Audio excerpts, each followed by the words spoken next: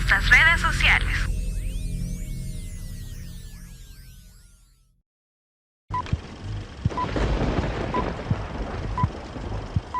A continuación, palabra de Dios. Bueno, vamos a abrir nuestras Biblias en Filipenses, capítulo 1. Vamos a leer del versículo 3 al versículo 6. Capítulo 1 de Filipenses, capítulo 1, versículo del 3 al 6. Estos versículos que vamos a meditar son básicamente, bueno, el título del pasaje dice oración de Pablo por los creyentes. Y pues efectivamente, ¿verdad? El apóstol Pablo hace mención de cómo él oraba por los hermanos en Filipos. Así es que comenzamos, mis estimados hermanos. Versículo 3 dice la palabra de nuestro Dios: doy gracias a mi Dios siempre que me acuerdo de vosotros, siempre en todas mis oraciones, rogando con gozo por todos vosotros, por vuestra comunión en el Evangelio, desde el primer día hasta ahora, estando persuadido de esto, que el que comenzó en vosotros la buena obra, la perfeccionará hasta el día de Jesucristo. Hasta allí y oramos. Padre y buen Dios, en esta noche, háblanos al corazón a través de tu palabra, instrúyenos, fortalécenos, que en nosotros existe una buena disposición para aprender más de ti. Te lo suplicamos en el nombre de Cristo Jesús. Amén y amén. Podemos tomar nuestros asientos, mis estimados hermanos. A medida vayamos avanzando en el estudio a Filipenses, en estos 4 capítulos, espero en Dios podamos identificar los motivos por los que el apóstol escribe esta epístola. Le quiero mencionar 2 motivos, son 5, pero yo le quiero mencionar en este momento 2. Una de ellas, y el primero que vamos a meditar, no en esta noche, sino solamente para adelantárselo, es que el apóstol escribe la epístola con el propósito de informar a la iglesia respecto a su situación en Roma. Ahora, ¿cómo estaba Pablo allá en Roma? Apresado, ¿verdad? Él entonces escribe para informar eso. Luego hace una exhortación a la iglesia de Filipos a la unidad. Ese es otro de los propósitos por los que escribe. Y un tercer propósito es que aquí va a aparecer un personaje. Realmente aparecen 2 personajes. Uno que yo sé que usted lo identificaría rápidamente, que es Timoteo. Y el otro quizás nos costaría un poquito identificarlo, pero aparece en la carta y tiene una razón importante del por qué él figura allí, que es Epafrodito, ¿verdad? O Epafrodito, como usted le quiera llamar. Entonces, esos son, digamos, 3 de las 5 razones por las que el apóstol escribe. Pero en esta tarde, en esta noche, vamos a, primeramente el Señor, terminar el pasaje de la oración del apóstol por los creyentes. Los primeros versículos ya los estudiamos, solo los retomamos para tener contexto. El apóstol dice: doy gracias a mi Dios siempre que me acuerdo de ustedes. Siempre en todas mis oraciones con gozo. Decíamos la semana pasada, qué cosa más interesante, ¿verdad? Porque parece que el apóstol está procurando animar a los creyentes y decirles: no pierdan el gozo, no pierdan esa condición de darle pues gracias a Dios, de darle adoración a Dios. Y lo curioso es que Pablo estaba preso, entonces era como que si el que debería animar son los creyentes a Pablo, porque él es el que está preso.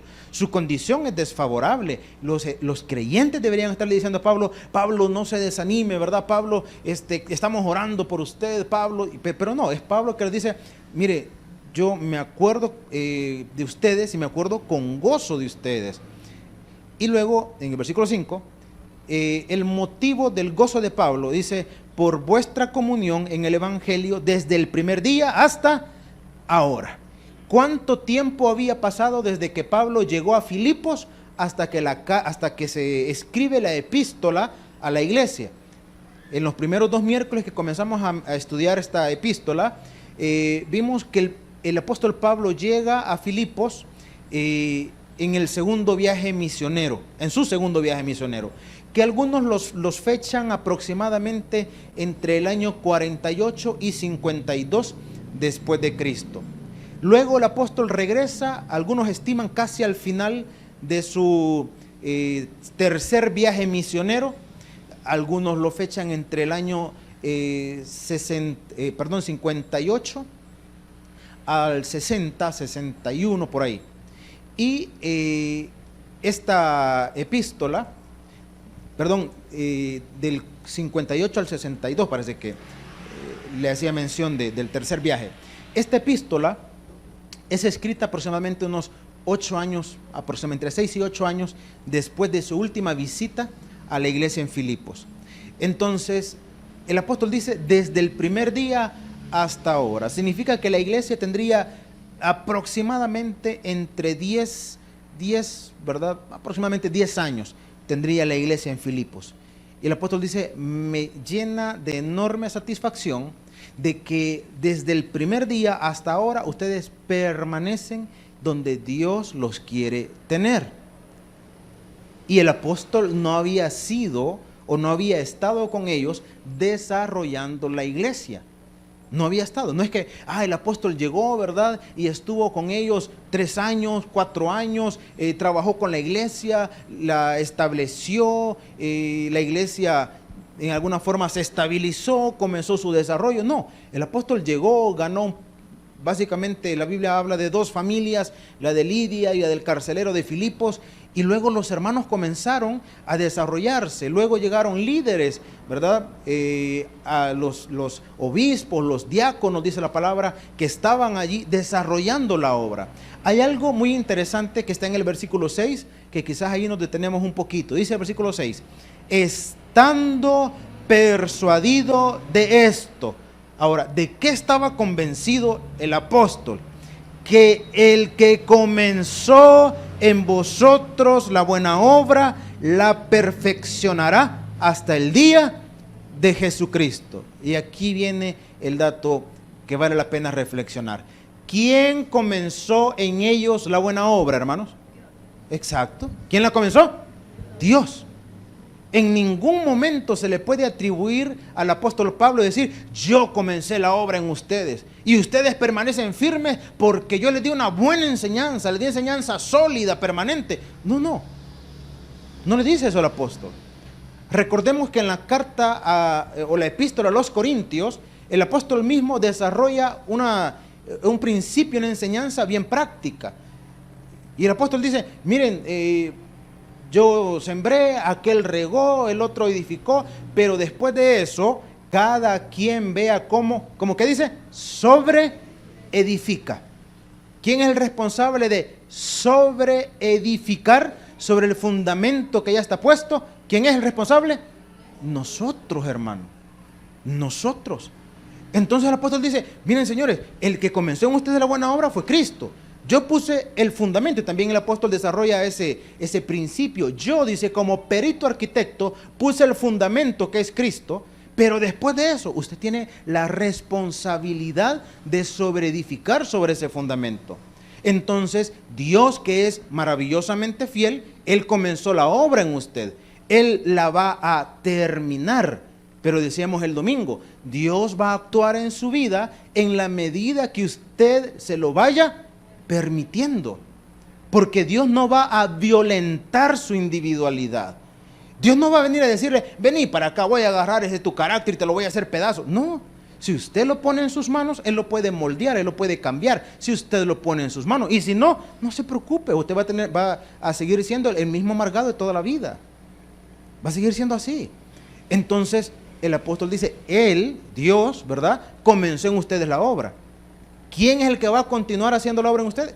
Es Dios. Repito, en la medida en la que usted se lo vaya permitiendo.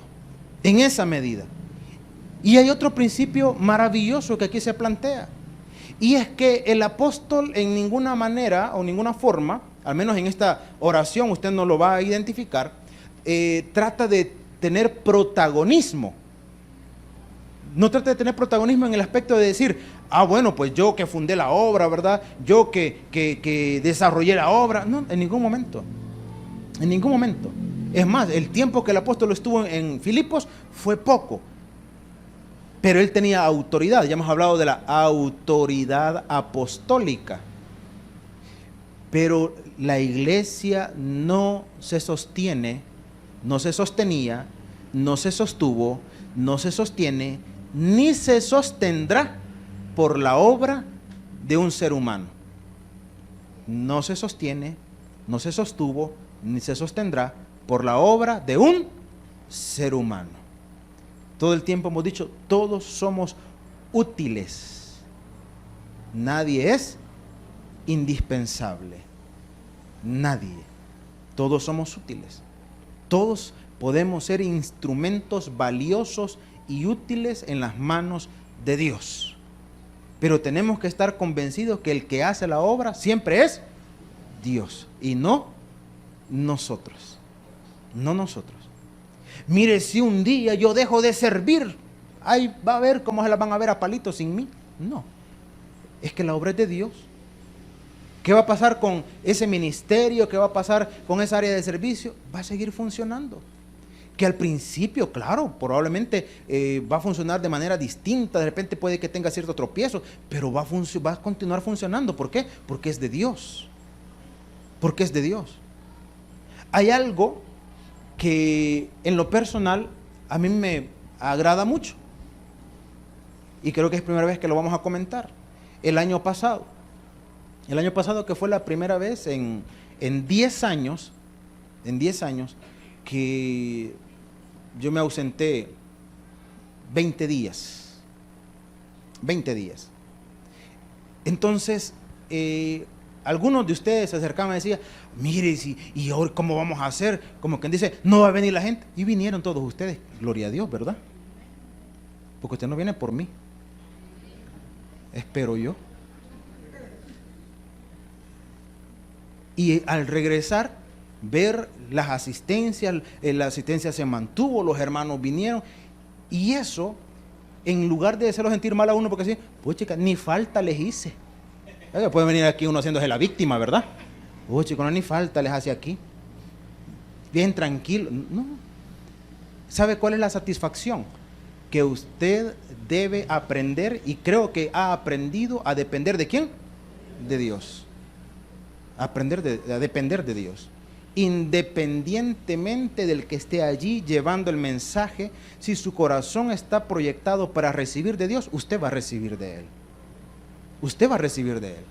Y más adelantito vamos a ver un versículo muy interesante, porque, claro, el argumento de repente puede ser, pero mire, pues la diferencia, ¿verdad?, en el mensaje, en lo cómo predica el uno, cómo predica el otro, sí. Pero hay algo que siempre lo hemos dicho que se llama discernimiento. Y el discernimiento no es para identificar qué mensaje estuvo más gracioso que el otro. El discernimiento es para que usted logre identificar cuál mensaje viene del corazón de Dios. ¿Cuál viene del corazón de Dios? Para eso sirve. Entonces, el apóstol le dice, estoy convencido, sinónimo, estoy convencido de esto, que el que comenzó en vosotros la buena obra, la perfeccionará hasta el día de Jesucristo. En otras palabras, hasta nuestro encuentro con Él, que puede ser de dos maneras. Número uno, que Él venga por nosotros en el rapto de la iglesia. Y número dos, ¿cuál, hermano? ¿Cuál? Sí, que se muera, hermano. O que nos muramos, vaya, para incluirnos todos. Dos formas. ¿Cuándo va a finalizar su proceso de cambio, su proceso? Y en otras oportunidades hemos hablado, espero lo recuerde, que desde que usted recibe a Cristo hasta su encuentro con Él, hay quienes ocupan la expresión de regeneración. Dice, nosotros nos estamos regenerando. Pero a algunos no les gusta mucho el término regeneración, porque dicen que la regeneración se da de forma inmediata cuando usted recibe a Cristo, porque usted se constituye una nueva criatura. Entonces, la palabra que más se apega es la palabra santificación. Desde que usted recibe al Señor hasta su encuentro con Él, estamos en un proceso de santificación. ¿Cuándo va a terminar? Cuando se encuentre con Él. Allí va a terminar. Mientras tanto, siempre habrán situaciones en nuestra vida que necesitamos ir cambiando. Ninguno de nosotros, independientemente del tiempo que usted tenga de ser cristiano, 3 meses, 6 meses, 1 año, 5 años, 10 años, 50 años de ser cristiano, ninguno puede, hermano, decir que el proceso que Dios comenzó en usted ha terminado, y sería demasiado pretencioso decir, casi lo está terminando, casi. Mire, a mí solo levitar me falta ya. Por lo demás, olvídese. Hermano, nadie puede decir eso. Siempre habrán circunstancias o situaciones en nosotros que habrá que ir cambiando, que habrá que ir mejorando, siempre. Que si usted identifica o los demás identifican en usted que ha habido bastante cambio, porque hay gente que sí lo evidencia. Dice, mire, no, fulano de tal, ¿verdad? O mi mamá, mi papá, mi hijo, mi hija, mi esposo, mire, ha cambiado tanto desde que reconoció o desde que aceptó a Cristo, ha cambiado tanto, y efectivamente pudo haber cambiado tanto, pero todavía tiene muchas cosas que cambiar, y siempre las vamos a tener, siempre. ¿Hasta cuándo el Señor va a haber finalizado, hermano, la obra en nosotros? Aquí dice, hasta el día de Jesucristo.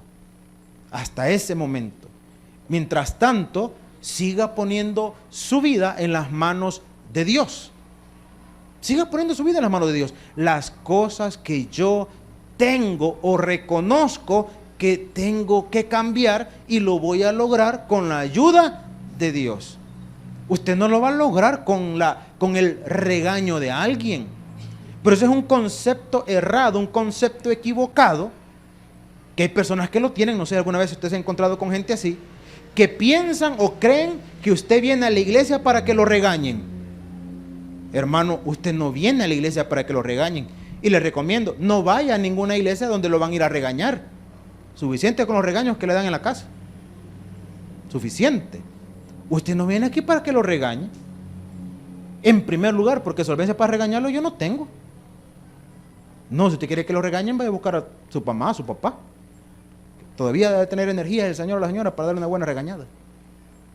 Nosotros venimos aquí para recibir de parte de Dios, ser edificados, ser fortalecidos, recibir una enseñanza práctica, recibir herramientas para enfrentar las circunstancias de la vida. Para eso venimos. Ahora, cuando usted, que es lo que venimos diciendo, cuando usted le permite a Dios obrar en su vida, cuando usted le permite a Dios, hermano, o pone en las manos de Dios todo aquello que reconoce, que identifica que tiene que cambiar, Dios lo va a ir haciendo. Dios lo va a ir haciendo. ¿Cuánto tiempo el Espíritu Santo de Dios viene trabajando esa área en su vida? ¿Cuánto tiempo? Y algunos pueden identificarlo. Mire, hay una situación que me desagrada, mis pensamientos inapropiados, ¿verdad? Mis impulsos inapropiados, y eso yo le he puesto en las manos de Dios, y hay tiempos en donde yo siento que eso está bastante controlado, pero de repente como que se me bajan las tejas y otra vez vuelvo, pero no me doy por vencido, sigo insistiendo. Es como cuando una persona quiere superar una condición de vicio, una dependencia. Cuando quiere superarlo, bueno, una de las cosas que se le dice a una persona cuando quiere superar una condición así, mire, usted nunca desista. Si en algún momento cuando comienza el proceso, usted vuelve a fallar, usted vuelve a consumir la sustancia, usted no se rinda, no se sienta mal, comience de nuevo. Ese principio lo utilizan de manera muy bonita los alcohólicos anónimos. Porque el alcohólico anónimo no piensa en que lleva 5 años ya de haber dejado la bebida, sino que ellos utilizan un principio bien bonito, que es un día a la vez. Un día a la vez. ¿Cuándo va a luchar con su alcoholismo? Hoy. Hoy va a luchar con su alcoholismo. Llegó la noche, se fue a la cama, un día más, apartado del alcohol. Un día más. Mañana habrá que comenzar otra vez. O sea, cada día hay que comenzar de nuevo. Llevo 7 años luchando con el alcohol. No, ya va un día. ¿Cuál? El de ahora. ¿Cuánto tiempo lleva luchando con el alcohol? Un día. Pero mira, estoy hace 7 años que dejo de la bebida. Sí, pero yo no pienso en los 7 años que ya pasaron, pienso en ahora. Un día apartado de la bebida. Y por mañana no me preocupo. Mañana voy a comenzar de nuevo. Y si termina el día, entonces ¿cómo viven? Un día a la vez. Entonces el cristiano es una situación similar. Mire, ¿cuáles son las áreas que Dios va a cambiar en mi vida? Esta y esta. Este día no la regué en esto, ni la regué en esto. Un día que he vencido. Mañana, no sé qué me depara el mañana, pero igual lo voy a poner en las manos de Dios. Y si pasa un día más, pues un día más de victoria, ¿verdad? No nos vamos a jactar por el tiempo. Mire, tantos años y yo aquí y yo allá. Mire, hermano, dice la palabra, el que piensa estar firme, mire que no. Está diciendo, no se clave en lo del pasado, porque el pasado, independientemente, hermano, no lo podemos cambiar. Piense en que hoy usted debe poner en las manos de Dios todo aquello que tiene que cambiar. Mañana, cada día trae su propio. Mañana es otro pleito, mañana es otro pisto, mañana es otra cosa. Pero si pasó un día en que pudo o que le permitió, a Dios obrar en usted, pues qué bueno, un día más de victoria. ¿Cuándo va a terminar esa lucha? ¿Cuándo va a terminar? Cuando nos encontremos con Él. Mientras tanto, ¿cómo vamos a estar? En rehabilitación. Cuando una persona sale, una vez más retomando la cuestión de los vicios, se dice que un drogadicto, por ejemplo, nunca deja de ser drogadicto. Igual que el alcohólico, nunca deja de ser alcohólico. Nunca. Lo que sucede con la persona es que puede, llegar a un punto en donde puede decir, mire, o mejor dicho, he dejado el consumo y he aprendido a controlar mi impulso por el consumo. Pero si un día, Dios no lo permita, ¿verdad? Aquellos que están luchando con eso, si un día vuelve y retoma, hermano, es como que, simple y sencillamente, como que ayer se haya ingerido la última vez la sustancia a la cual es dependiente, marihuana, cocaína y tantas cosas que hay, como que si ayer haya sido, aunque hayan pasado 10 años. El alcohólico puede tener 10 años de haber dejado la bebida, pero si vuelve y consume, es como que ayer lo haya dejado. Lo recuerda, la sensación, ¿verdad? Recuerda perfectamente la reacción en su cuerpo, el proceso que la sustancia ocasiona en él. Todo es igual. Todo es igual. Entonces, por eso es que no vale el hecho de decir, ¿verdad? Tanto tiempo, no, un día. El que comenzó la obra en mí la va a terminar. ¿Cuándo? Cuando me encuentre con Cristo. Mientras tanto, un día más en que pongo esta condición en las manos de Dios, un día más que Dios me ha permitido poder vencer, poder sobrellevar, un día más. ¿Y cuándo la obra va a ser finalizada? Cuando se encuentre con Él. Cuando se encuentre. ¿Cuándo vamos a dejar de pecar? ¿Cuándo, hermano? Cuando se encuentre con Él. Allí va a dejar de pecar. Allí va a dejar de pecar. No me vaya a salir usted como la anciana que le he contado un montón de veces. Mire, quiero hablar de Jesucristo. ¿Usted ha pecado alguna vez? Y se enojó la viejita. ¿Cómo va a creer que a mi edad voy a andar pecando? Me dijo. No sé qué pensó la señora, hermano. Pero para pecar no hay edad. Para pecar no hay edad. Y cuando hemos hablado de pecado, ¿qué es pecado? Errar al blanco. Todo aquello que no glorifica a Dios, que no honra a Dios, se constituye pecado. Se constituye pecado. Y ofende a Dios, hermano, de la misma manera. Siempre hemos dicho, ¿cuál es la diferencia? Las consecuencias. Esa es la diferencia. Las consecuencias. Entonces, dice la Escritura, versículo 6, una vez más. Estando persuadido de esto, el que comenzó en vosotros la buena obra, la perfeccionará hasta el día de Jesucristo. Como me es justo sentir esto de todos vosotros, por cuanto os tengo en el corazón, en mis prisiones y en la defensa y confirmación del Evangelio. Todos vosotros sois partícipes conmigo, ¿de qué dice? De la gracia. El apóstol hace referencia y dice, miren, yo me siento pero satisfecho, gozoso, contento, los quiero mucho, los tengo en el corazón, dice el apóstol. Los tengo en mi corazón, los quiero mucho y todos ustedes son partícipes conmigo en estas prisiones. Ahora, ¿por qué hace referencia a eso? Porque así como, por eso les dije que uno de los motivos era el apóstol informar cuál era su condición en Roma, o sea, su condición de encarcelado o de encarcelamiento a los hermanos en Filipos. Porque los hermanos también en alguna medida querían saber, querían conocer y de alguna manera también, ¿verdad? Supongo yo, porque no lo dice acá en este pasaje, que también oraban, ¿verdad?, por el apóstol Pablo. Entonces dice, miren, ustedes están conmigo, yo los quiero mucho, son partícipes conmigo, pero también son partícipes de la gracia. Pongámoslo en otras palabras, el mismo Dios de Pablo es el Dios de los filipenses. El Dios de Pablo, el Dios de los filipenses, es el mismo Dios al cual nosotros adoramos, honramos y dependemos. Somos partícipes de la misma gracia. Somos partícipes de la misma gracia. El mismo Cristo que derramó su sangre por Pablo es el mismo Cristo que derramó su sangre por Filipos y es el mismo Cristo que derramó su sangre por nosotros. Entonces somos partícipes de la misma gracia. Y sigamos avanzando. Repito, es la oración del apóstol. Porque Dios me es testigo, y aquí sí está bonito, ¿verdad? Porque Dios me es testigo de cómo os amo a todos vosotros en el entrañable amor de Jesucristo. Hermano, cuando ponemos a Dios como testigo, definitivamente hay que tener mucha solvencia, definitivamente.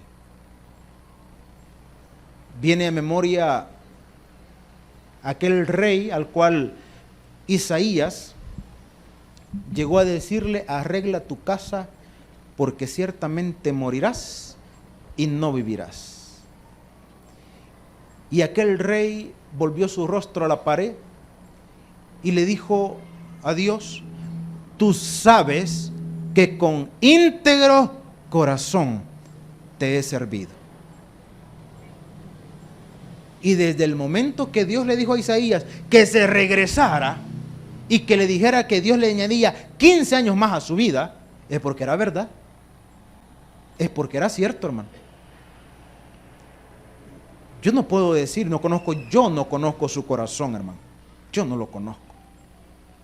Pero imagínense que le preguntáramos, hermano, ¿usted ama a todos sus hermanos en Cristo que están acá? Y nosotros dijéramos, ¿verdad? Así de medio bocones, sí. ¿Qué pregunta? Me ofende. ¿Cómo que no los voy a amar? Son mis hermanos en Cristo, los amo a todos. ¿Pone a Dios como testigo? Por supuesto que me aparta un rayo si no es verdad. Y ya usted sabe, ¿verdad? Después a qué le va a tocar limpiar todo lo chispeado. Hermanos, poner a Dios como testigo hay que tener solvencia. Y el apóstol dice, fíjese bien, versículo 8, porque Dios me es testigo de cómo os amo. Ahora, especifica en el amor de Jesucristo. El sentimiento que el apóstol tenía por los hermanos era un sentimiento bien complicado, hermano. Cuando le digo bien complicado es porque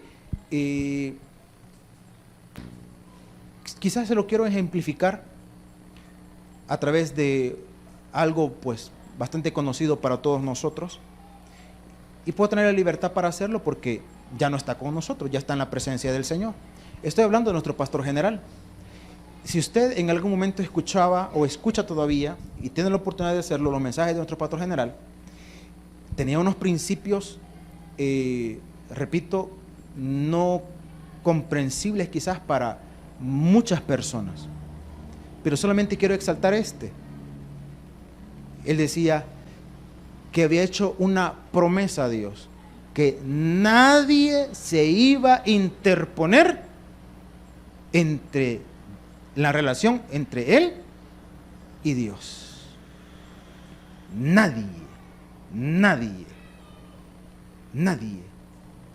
Y lo otro que tenía un valor incalculable, yo no sé si algunos lo asocian ya de forma inmediata, decía, la iglesia.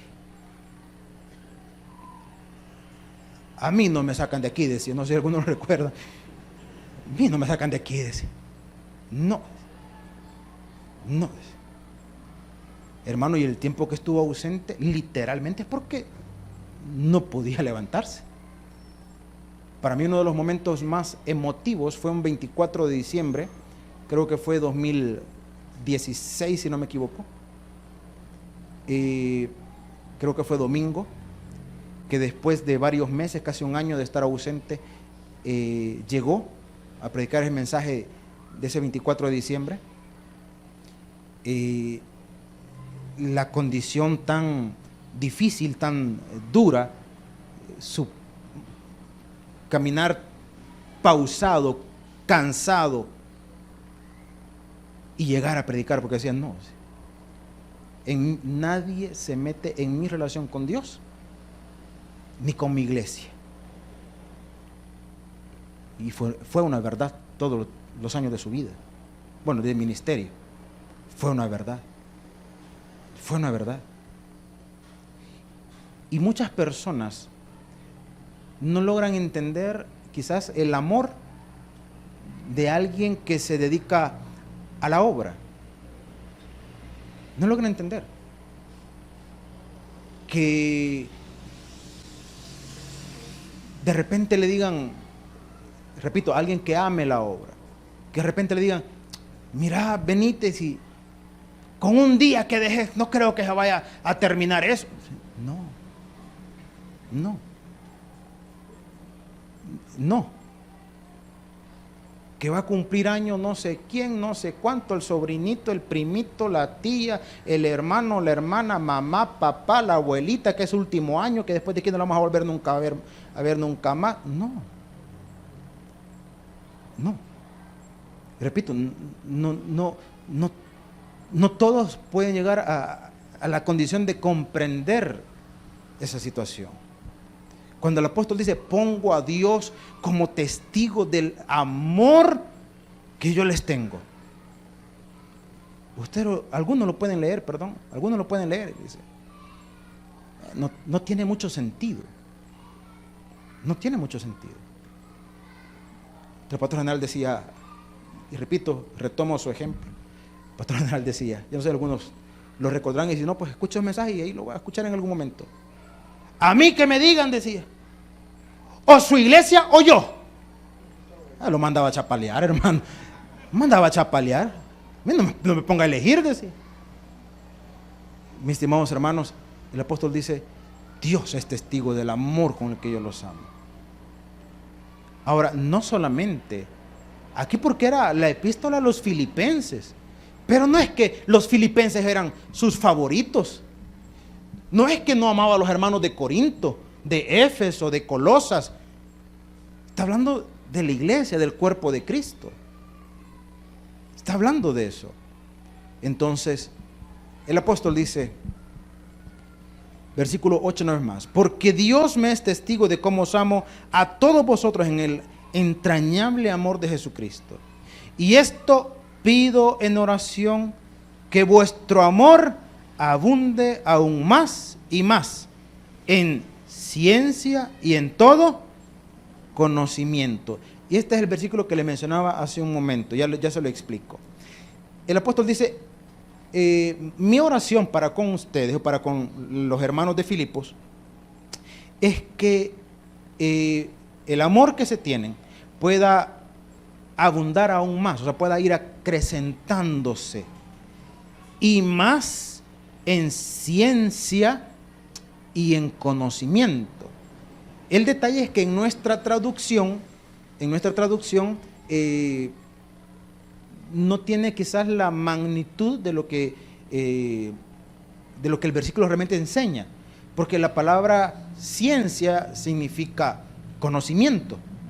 Entonces es como que conocimiento más conocimiento. No está refiriéndose a eso. En la versión Dios habla hoy, dice en sabiduría y habla de una palabrita ahí que tiene que ver con el discernimiento, entendimiento. Usted puede ocupar la palabra entendimiento o la palabra discernimiento para que su amor crezca, para que abunde, y también en sabiduría, en entendimiento o en discernimiento. Cuando pone estos componentes, cuando pone el componente de el amor, ¿verdad? Que debe irse creciendo en ustedes, pero también entiéndalo de la perspectiva, del punto de vista de la sabiduría y del discernimiento. Y usted dice, bueno, ¿cómo lo asociamos eso? El problema es que nosotros estamos acostumbrados a nosotros corresponder conforme a lo que recibimos. Por eso es que nos constituimos buenos amigos de unos y una relación a distante con otros. ¿Con quién desarrollo un afecto más entrañable, más bonito y todo? Con aquel que me corresponde o aquel de quien recibo ese mismo afecto. Pero con aquella persona o con aquel creyente, con aquel hermano que he tenido mis diferencias, que probablemente hemos tenido nuestros roces, pues ¿cómo lo voy a valorar yo a él o a ella igual que allá a mi otro hermano, ¿verdad? A la hermanita fulana, al hermanito fulano, si ellos son una gran cosa, si ellos siempre han estado conmigo, si no sé qué y no sé cuánto. El detalle es que cuando el apóstol habla de ese amor, no es que nosotros vamos a estar esperando que los demás me amen a mí, sino usted tiene que desarrollar ese sentimiento para con los demás. Pero ¿y si los demás no me corresponden igual? Ese no es su problema. Es como cuando éramos pequeñitos y nos enseñaban a saludar. A usted le decían, ¿qué le decían, hermano? Salude. Salude. Pero mire, yo siempre le digo a la doña fulana, ¿verdad? Don fulano, siempre le digo buenos días y no me contesta. ¿Y qué le decían, hermanos, cariñosamente los papás de antes aún? Te salude. Si le contestan o no le contestan, eso no es su problema. Usted salude. Usted no sea malcriado. Entonces, algo similar. En la sabiduría y en el discernimiento tenemos que entender una cosa. Y lo que tenemos que entender es que si usted decide desarrollar ese sentimiento para con los demás, usted debe entender a través de la sabiduría que no todo el mundo le va a corresponder el sentimiento que usted va a desarrollar.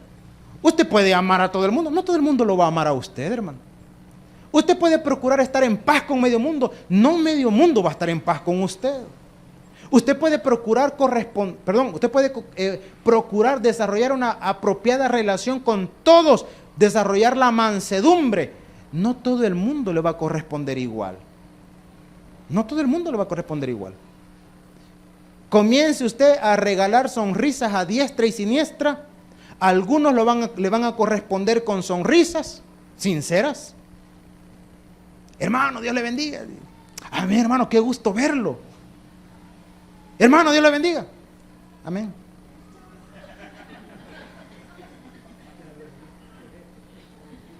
Hermano, Dios le bendiga. Bueno, solo puja. Y ya. Ahora, es usted. La condición de los demás es usted. Ahora, si usted hace suyo ese entrañable tradicional corito de que golpe con golpe yo pago y beso con beso regreso, pues, ¿verdad? Ese es su problema, hermano. Porque aquí el apóstol habla de la sabiduría y el discernimiento. Sabiduría, no todo el mundo me va a corresponder de la forma o de la manera como yo voy a procurar desarrollar mi amor cristiano. No todo el mundo me va a corresponder. Ahora, ¿se va usted a clavar en eso? Ese es su problema. Ese es su problema. Discernimiento. Cuando habla del discernimiento es que usted, y yo creo que nos pasa a la mayoría, usted puede discernir, puede comprender, puede identificar quiénes le van a corresponder con sinceridad y quiénes no. Ahora, y el que le corresponda con sinceridad, qué bueno, gloria a Dios, ¿verdad? Y el que no, y el que no, y el que no, no es su problema.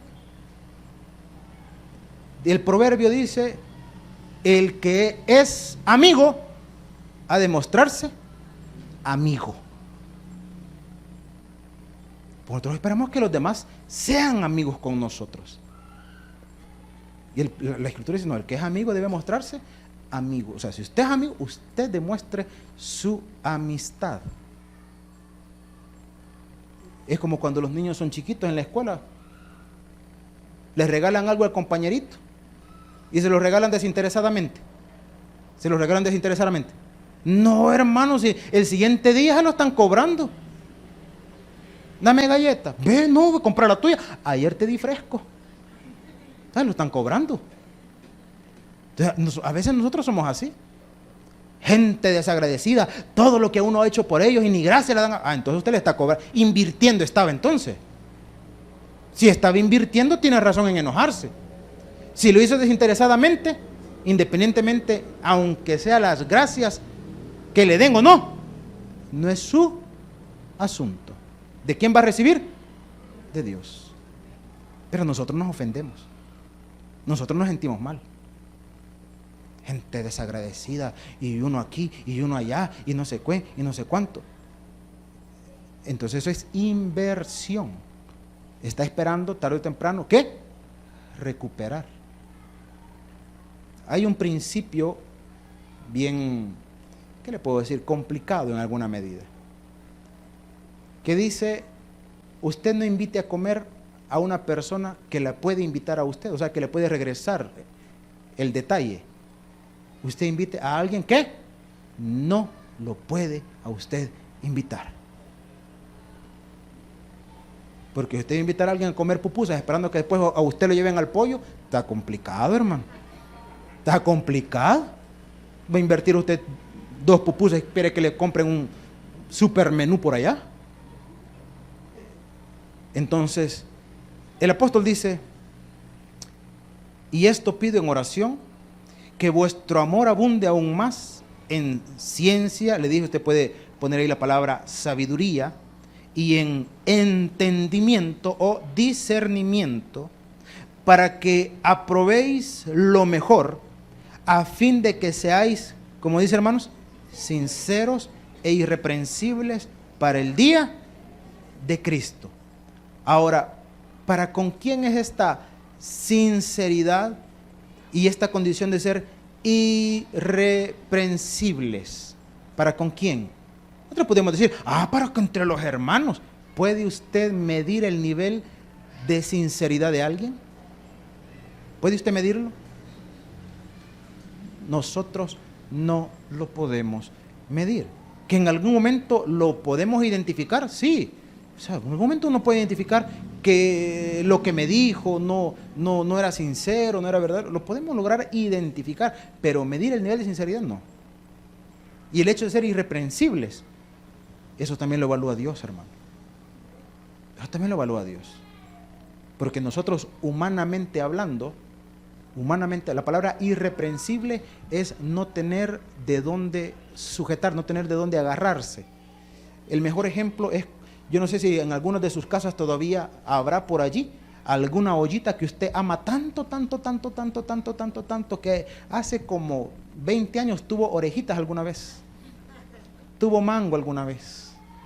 Ahora solo es la ollita, pero sirve todavía.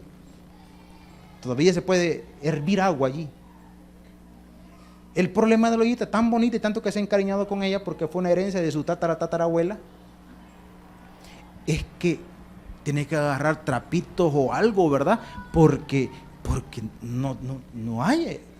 Imagínese usted que en esa ollita esté hirviendo leche Y usted sabe que la leche es bayunca, ¿verdad?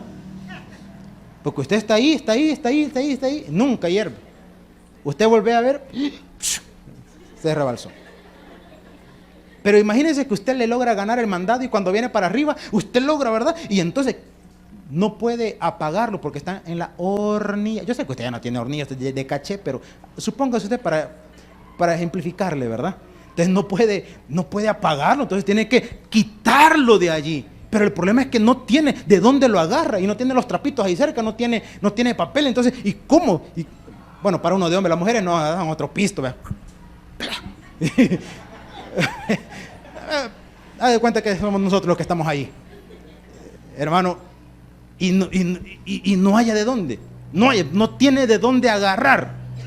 Esa es la palabra irreprensible. Y nosotros, los seres humanos, podemos ser irreprensibles delante de los demás. Podemos serlo. Pueden haber creyentes, pueden haber personas que puedan decir, a mí no tienen de qué señalarme. Sí, delante de la gente. Y delante de Dios, hermano. Y delante de Dios. Mira, a mí nadie me puede acusar de que he robado porque yo nunca he robado. Jamás he robado. Hasta los vueltos cabales le daba a mi mamá yo. Nunca he robado. Bueno, váyase a leer Malaquías entonces. ¿Qué dice Malaquías, hermano? Porque vosotros, la nación toda, me habéis, ¿qué? ¿Y en qué te hemos robado, Dios? No, hombre. Y usted conoce lo demás del texto, ¿para qué lo voy a decir, verdad? Entonces, delante de la gente podemos serlo. Ahora, ¿delante de quién nos interesa ser irreprensibles, hermano? Alguien puede decir, delante de Dios, pero también de la gente. Sí, yo les puedo decir, sí, es cierto. Pero la evaluación terrenal jamás se comparará con la evaluación celestial.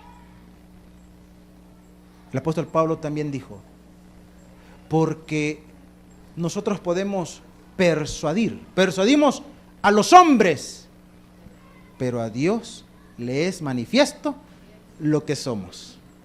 Y espero, dice, que también lo sea a vuestras conciencias. En otras palabras, no se dé carreta usted solo. Y termina diciendo, para que terminemos el pasaje por completo. Dice, versículos 10 y 11, para que aprobéis lo mejor, a fin de que seáis sinceros y irreprensibles para el día de Cristo, llenos de frutos de justicia, que son por medio de Jesucristo. Ahora, los frutos, mire, los frutos aquí, mis frutos allá. Bueno, ¿para qué son los frutos, hermano? Para gloria y alabanza de Dios. Si va a hacer algo, hágalo de todo corazón, no para que lo vean, sino para gloria y alabanza de Dios, que es el que los evalúa. Den un fuerte aplauso a nuestro Padre Celestial. Vamos a orar. El predicador ha terminado su mensaje. Es tiempo de que recibas a Jesús como tu Salvador personal. Ora conmigo de la siguiente manera. Señor Jesús, yo te recibo hoy como mi único y suficiente Salvador personal. Creo que eres Dios, que moriste en la cruz por mis pecados y que resucitaste al tercer día. Me arrepiento, soy pecador.